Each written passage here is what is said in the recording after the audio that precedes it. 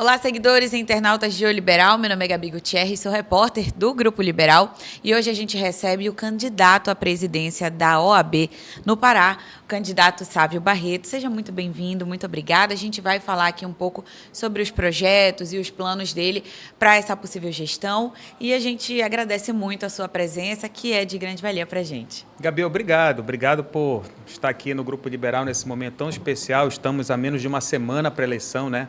Uma eleição que vai mobilizar todo o estado do Pará, de uma instituição que representa não só a advocacia, mas a sociedade. Então, é o momento mais agitado da eleição e é uma honra estar aqui para poder falar um pouco das nossas propostas, do que a gente pensa. Que bom, que legal. Já começo lhe perguntando o que o senhor identifica como hoje, em 2024, a principal, não sei se seria essa palavra, mas a principal lacuna, deficiência da OAB, da sua experiência, o tempo de carreira que o senhor tem, o que o senhor consegue identificar como uma prioridade? Gabi, é importante explicar, inclusive para as pessoas que não são da advocacia, que a OAB, diferente de outros conselhos de classe, ela tem uma função que não é apenas defender a classe, ela defende também a sociedade. Ela defende a ordem jurídica, ela defende a democracia, ela defende os direitos humanos, ela defende a igualdade. Então, a OAB, por conta da sua moldura constitucional, ela tem o dever de estar próximo dos problemas da sociedade e dos movimentos sociais. E uma das críticas muito fortes que a gente tem em relação à atual gestão da OAB é justamente esse afastamento, essa perda de representatividade da OAB em relação às pautas da sociedade. Então, você imaginar o seguinte, uma situação de dano ambiental grave, com repercussão, a OAB tem que estar presente. Uma situação de violação de direitos humanos, emblemática, que a mídia está cobrindo amplamente, a OAB tem que falar sobre esse assunto, tomar providências, acompanhar investigações, enfim, estar do lado da sociedade. E a OAB abandonou essa pauta. Não só nos últimos 3 anos, tem uns 10 anos que essa pauta está abandonada, todas as pautas sociais. Isso, a nosso ver, enfraquece a instituição. A sociedade deixa de ver a OAB com a força que ela deveria se apresentar. E quando enfraquece a instituição, isso acaba prejudicando a própria advocacia. E o senhor pode falar para a gente quais são os principais projetos, planos que o senhor tem para tentar resgatar esse cunho mais social, fugindo ali só da classe da OAB? Gabi, eu tenho dito que o nosso programa não é um programa só de implementar melhorias. É uma reestruturação completa do sistema OAB Pará. Em todos os aspectos. Só para as pessoas entenderem um pouco o que é o sistema OAB. Ali não é só um grupo de advogados, não. O sistema OAB é composto por um conselho seccional. Você tem, hoje, aproximadamente 90 comissões temáticas. Você tem uma escola superior da advocacia. Existe a Caixa de Assistência da Advocacia. Existe o Tribunal de Ética e Disciplina, que julga os advogados que eventualmente cometem alguma fraude ética. E ainda tem as subseções. No estado do Pará, hoje, existem 29 subseções, ou seja, estruturas descentralizadas, com seu presidente, com a sua diretoria, cobrindo um determinado grupo de municípios. É um sistema amplo. E o nosso projeto é mudar em todos os aspectos esse sistema. Então, vamos falar aqui rapidamente. Funcionamento geral da OAB, contas da OAB. Existe uma caixa preta, a advocacia não sabe de que modo os recursos da OAB são utilizados.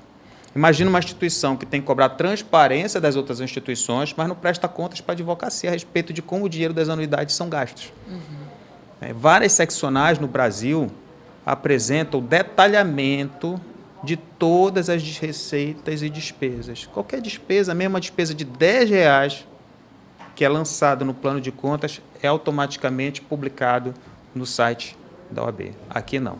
Aqui existe só um balancete contábil que não presta contas de nada. E aí a advocacia reage muito contra isso, porque ela vê uma OAB que não lhe retribui nada em serviços e que não presta contas do dinheiro que ela recebe, que você paga anualmente. A gente quer mudar isso e quer colocar um portal da transparência, exemplo do que existe em outras seccionais também. Isso é só um aspecto. Você pegar a questão dos serviços gerais que a OAB presta, como, por exemplo, registro de contrato de sociedade de advogado, registro de contrato de associado, distrato. Isso hoje é feito por um processo mecânico e uma tramitação que não é digital. Então, na justiça já tem um processo digital.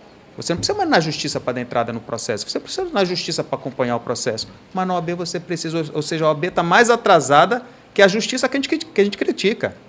Né? Então, por que eu não tenho na OAB um processo digital para que o advogado, em qualquer lugar do Estado, ele possa dar entrada no seu pedido de sociedade, no seu pedido de certidão, no seu registro de contrato de associado? Que falta? Falta só iniciativa. Nem custo relevante isso tem. Falta iniciativa e implementação dessas melhorias, citando só duas para ti. A gente pode conversar aqui sobre várias outras ideias. E o senhor falou sobre a questão da representatividade, mas a gente ouve muito falar sobre a jovem advocacia, né? Os jovens advogados que estão tentando se encaixar no mercado, projetos e planos para poder impulsionar esses jovens que estão começando agora. Gabi, deixa eu dar um número interessante sobre a jovem advocacia. Só nesses últimos, hoje, devem existir aproximadamente 29 mil advogados ativos dentro do sistema OAB Pará. Só nos últimos 3 anos, para você ter ideia, entraram 6 mil advogados, aproximadamente. Então, o número de jovens advogados hoje, né, é aproximadamente quase 50%. 40% eu poderia colocar, né, desses 29 mil advogados como jovem advocacia, ou como a gente costuma dizer, advogado em início de carreira, porque nem sempre é jovem de idade. Às vezes tem gente que ingressa na carreira, né, já com uma certa idade. E essas são as pessoas que mais precisam do sistema OAB. Qual é a grande agonia da jovem advocacia? É conseguir conexão com o mercado de trabalho. Você é jornalista, então você se formou em jornalismo, e é possível que, uma vez graduado em jornalismo, você chegue aqui numa redação e consiga desempenhar com excelência o seu trabalho. Na advocacia não é bem assim. Você sai da faculdade, você não está apto a sentar na mesa, receber um cliente e defender o direito dele. Você está inseguro, você não sabe como construir a peça prática, você sabe o direito, mas você não sabe como fazer uma petição inicial, uma contestação. Você não sabe as perguntas certas a fazer ao cliente, os documentos a serem solicitados. Então, o exercício da advocacia ele exige um conhecimento prático que as universidades não prestam para o seu aluno. E aí que a OAB entra. A gente quer que a OAB ela seja um lugar de acolhimento a essa advocacia início de carreira e de preparação para esse mercado de trabalho. Por exemplo, falando uma proposta interessante nossa, a gente quer pegar a Escola Superior de Advocacia e implantar nela cursos âncoras permanentes de preparação prática em determinadas áreas do direito. A pessoa pegou sua carteira da OAB, não sabe para onde vai, está em dúvida se quer ser advogado criminalista, se quer ser advogado civilista. Aí ela vai procurar a OAB e faz curso preparatório de advocacia criminal, por exemplo, com meu amigo Luiz Araújo, com o que eu falei agora há pouco aqui. Né? Aí faz um curso de uma semana com um advogado experiente, que vai mostrar o que é a prática, qual é a realidade da advocacia criminal. Aí ela pode, de repente, se decepcionar com aquilo. Olha, isso não é meu caminho. Agora que eu vi a prática, isso não é o que eu imaginava. Vai para outro lugar. Faz um curso de advocacia previdenciária, que vai te ensinar os principais casos de advocacia, quais as principais situações que estão gerando demanda na sociedade, como preparar essa petição, atender o cliente, onde esse cliente está. Aí vai para a advocacia previdenciária e, de repente, se encanta com aquilo. E dali, ela já conseguiu, né, atravessar uma ponte para o mercado de trabalho. É esse tipo de amparo que a OAB tem que prestar para a jovem advocacia e que não está fazendo hoje da forma como deveria. Entendo. E agora, pulando já para um outro... O senhor falou sobre a OAB estar atrasada e que a OAB cobra uma celeridade, né? E eu lembrei sobre um assunto que acho que fora do universo da advocacia, para nós, enquanto sociedade, a gente ouve muito falar sobre a morosidade, né, do sistema judiciário como um todo e como ele atrapalha a atuação do próprio advogado, que às vezes tem os seus prazos e que às vezes com esse sistema que consome um certo tempo de vocês pode impactar no desempenho de vocês, né? E aí eu pergunto quais são os planos, o que é que o senhor pensa e defende para que esse sistema e essa sua morosidade não atrapalhe na atuação do advogado? Então, Gabi, no nosso plano de gestão, a gente colocou um item com destaque muito grande: combate à morosidade da justiça. A morosidade, ela prejudica o jurisdicionado, porque a pessoa tem seu direito violado e não consegue ter a decisão do juiz, né, satisfazendo seu direito, ou nem que seja negando o direito, mas resolvendo a lide, né? Mas a morosidade também não deixa o advogado trabalhar. Então, você às vezes assume um processo e cobra um determinado valor, mas não imagina que aquele processo vai ficar 10 anos. O valor que você cobrou já não paga o custo do tempo que você tem que dedicar para aquele processo andar.